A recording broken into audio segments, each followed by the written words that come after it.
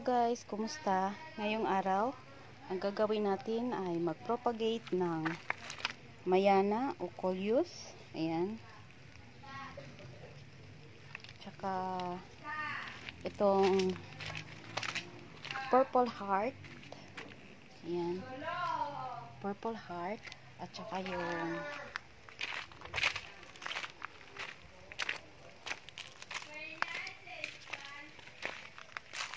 Peperomia obstifolia variegata or yung variegated na baby rubber plant. Ayan. Papakita ko sa inyo kung paano i-propagate yan. Ito. Dalhin natin ito. Mabilis ko ito. Dalhin muna natin. Ayan guys. Ito. Okay.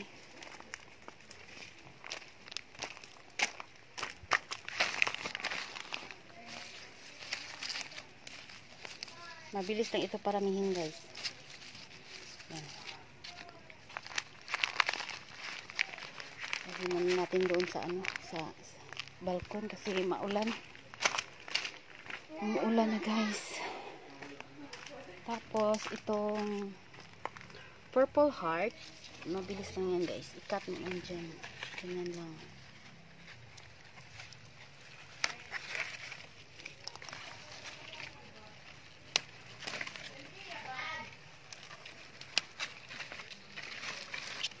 So, ito.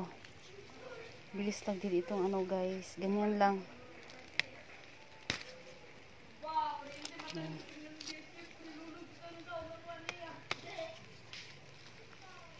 Kailangan kasi din ito palagi guys. I-prune natin palagi yung mga natin, mga tanim para kumapal.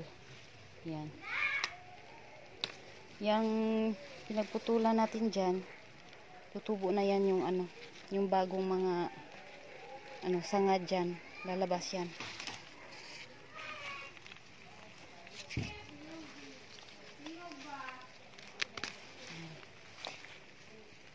So, tatlong klaseng Mayana yung natin ilalagay sa isang pot. Ito ang ganda nito guys. Oh. Ayan, kita nyo yan guys, ang ganda ng kulay niya. Ay, maingay yung mga ko, mga pamangkin ko. Wala kasing brown out kasi dito sa amin, kaya yan. Oh, ganda niya guys, no.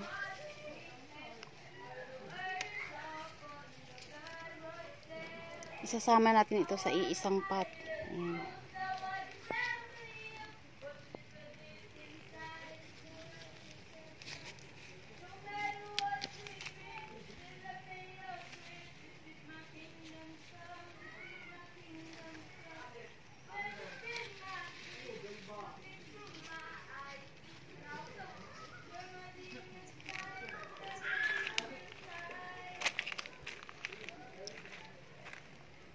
Ito guys, at saka yan, isang variety lang yan guys, kaso ito na-expose kasi sa araw, mas na-expose siya sa araw kaya ganyan ang kulay niya, pero isang lang yan sila. Ito yan.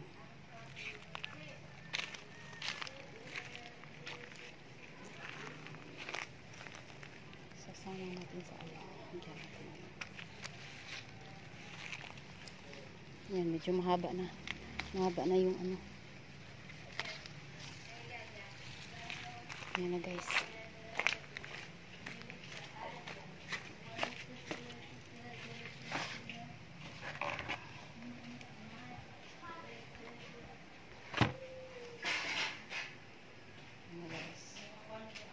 Ito na yung na-prepare na natin yung pots natin. Ayan, prepare na natin yung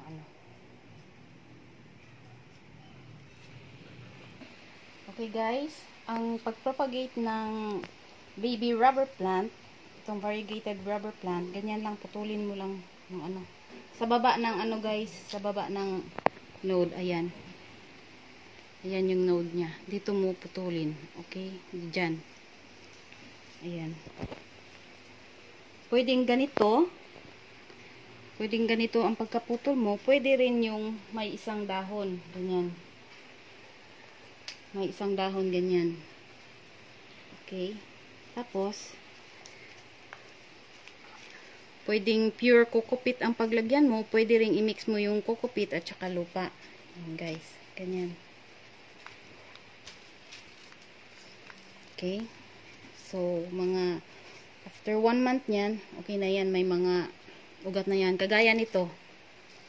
More than 1 month na ito. Yan. Ano lang ang nilagay namin dito. Kokopit na may halong halong rice hull. Yan. May mga ugat na guys.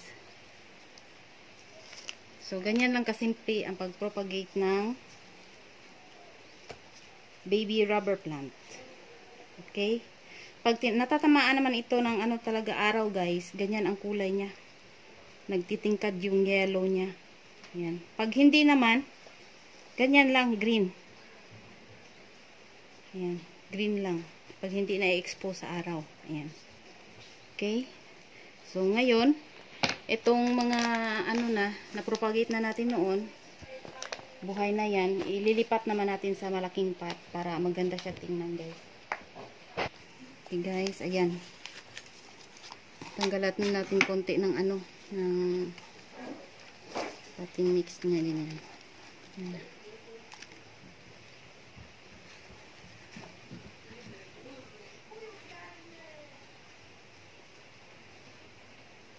Tingnan natin kung ilan ang magkasya dito sa isang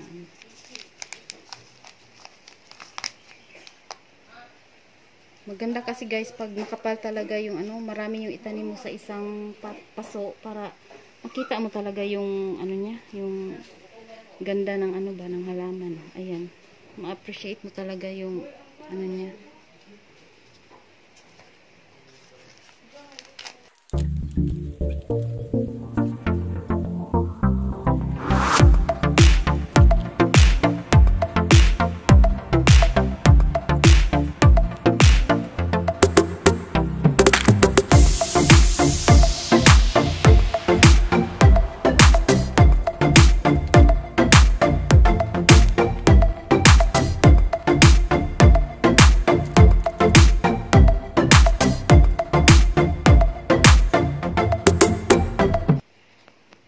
Guys. Yan. Maganda sa talaga ang ang tanim pagsama mo sa sa isang paso, yung isang klase. Ang ganda talaga. Yan na guys. So, ang susunod naman natin ito. Gagamitin natin ulit, lalagyan natin ng mga bagong potting mix tapos natin i-propagate na naman natin yung mag-propagate tayo ng marami pang ganito, guys. So, mabilis lang yan mag-propagate guys. Ganyan lang. Hayaan mo lang. Diligan mo. Pwedeng diligan ka agad. Pwedeng hindi. Ganyan. Kasi hindi naman ito mahirap paramihin. Hindi ito mahirap alagaan.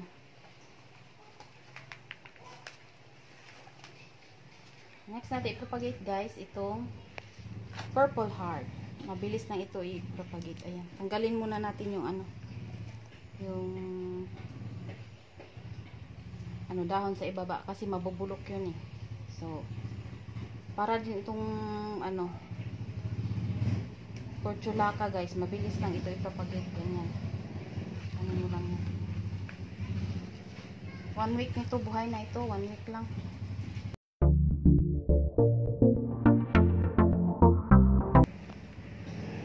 Family pa ito ng Wandering Jew guys. Mabilis lang itong alagaan. Mabilis lang ding dumami. Invasive ito. Invasive na klase na na tanim.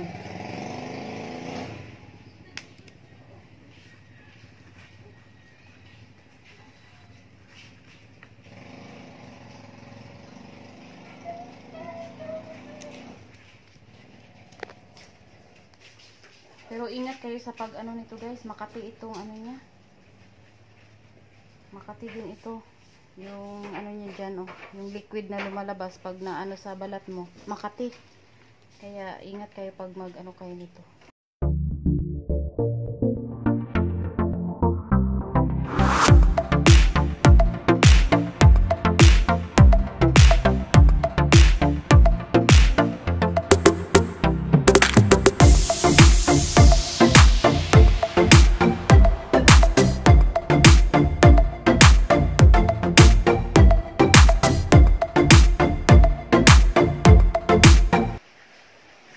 Ayan na guys. Okay? 1 week lang, okay na yan siya. Kasi family ito ng Wandering Jew, kaya mabilis lang itong mabuhay. Okay? Isa ito sa pinakamabilis na alagaan din na halaman. Tapos niyan, pwede rin itong panghanging. Pwedeng ganito lang, lagay mo lang sa paso. Or ilagay mo, kung gusto mong mabilis talaga siyang dumami, mo lang, ilagay mo sa itanim mo sa ground. Kasi gumagapang din ito. Okay guys. Tapos ito namang natira guys, itanim na natin sa likod bahay para mas lalo pa siyang dumami. Okay, next natin i-propagate guys.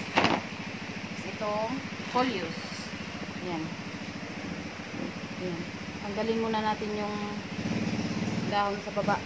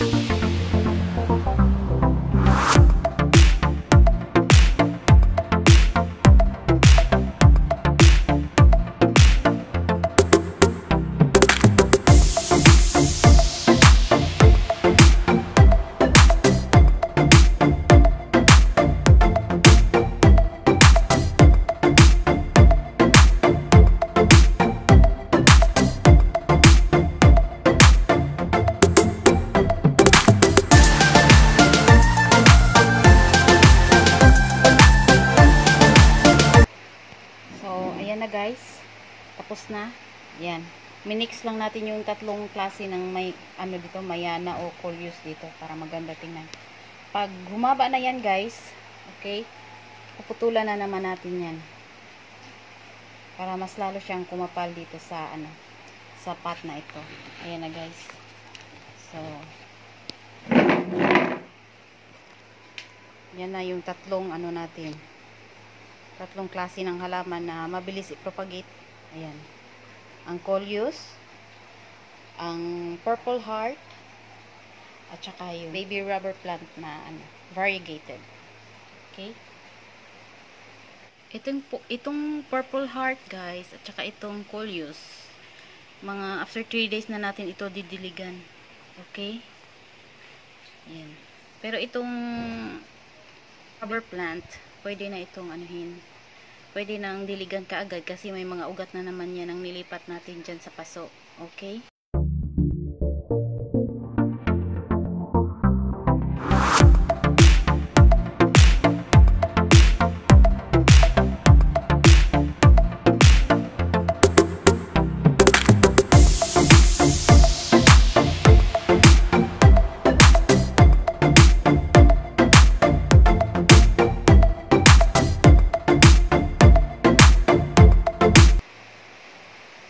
forget to subscribe, like, comment, and share. And click the notification bell para updated kayo sa ganap. Thank you guys for watching. God bless.